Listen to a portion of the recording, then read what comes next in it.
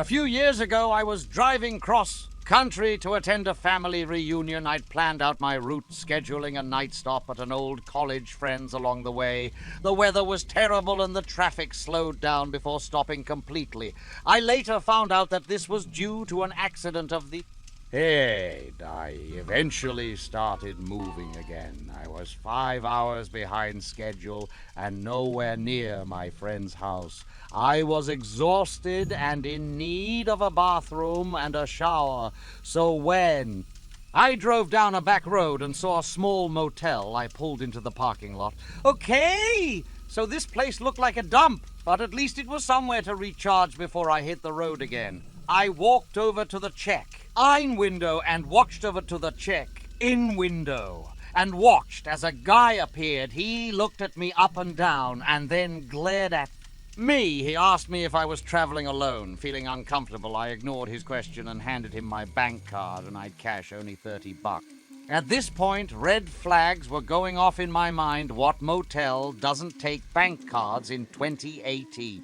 But not wanting to agitate the situation, I searched my pockets and managed to scrounge together just enough cash. Then he tossed me a clunky old key. I walked over to the room. The room was dirty, barely bigger than the bed. I quickly used the bathroom, the state of which was being left to the bathroom, the state of which was being left to the imagination. And then I flipped the mattress to see rusty red patches all over it, signs of bed bugs. A moment later, I saw a cockroach. That was it. I was out of there. I decided that I would use the parking space at least, and slept in the back trunk of my SUV, curled up using a suitcase as a pillow and some of my clothes as a blanket. It wasn't ideal, but I was so zonked out, and I actually managed to fall asleep. For about an hour, I awoke to talking sounds coming from directly outside. I glanced out of the window to see the guy from the check-in standing outside talking on his phone. It was about 3 a.m. He finished up his call and then walked quietly over to my room. I watched on in disbelief as he unlocked it and then walked straight in. The lights didn't turn on, and a minute or two later, he came back out, slamming the door behind him, cursing with another guy. I hadn't seen the second guy enter, so I still don't know where he came from. But if I had to guess, he must have been hiding somewhere in the room. They talked angrily for a moment, and then the checking guy walked over to my SUV, covered my head quickly with my shirt, and stayed as still and silently as I could. I heard him rattle the locked door.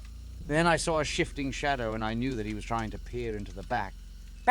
The two guys walked away to the far side of the parking lot, talking more, with one gesturing across the street where a diner was while they were distracted. I quietly climbed into the front seat and started up the car. I didn't hesitate to drive out of there. They turned around in surprise as I pulled away. The last thing I remember seeing in my rearview mirror was a checking guy looking directly at me. He gave a single nod of his head as he continued to watch me leave, as if to say, "You were lucky to escape." I called my friend and rambled about what just happened, even though it was past 3 a.m. At this point, I'd clearly woken him up. It didn't tell my family because I didn't want them to worry the next day. Using Google Maps, my friend helped me figure out the name and location of the motel. Then we called the cops. They seemed surprised by my call and said they'd send someone out to look a little bit later. They informed us that the motel was deserted. They had been for quite some time. This clearly freaked me out, whomever these guys were. They were definitely not the owners. I tried my best to put it out of my mind and enjoy my family reunion, but I couldn't stop thinking about it. Even now, I often think back to that night. Find my mind plagued of what could have happened to me if I spent the night in that room or slept in the front seat of my car. Thank you for joining us on this spine-tingling journey into the world of horror. If you enjoyed, make sure to hit that like button and share your thoughts in the comments below. Don't forget to subscribe to our channel and ring the notification bell so you're always the first to know when we release a new, terrifying story. Until next time,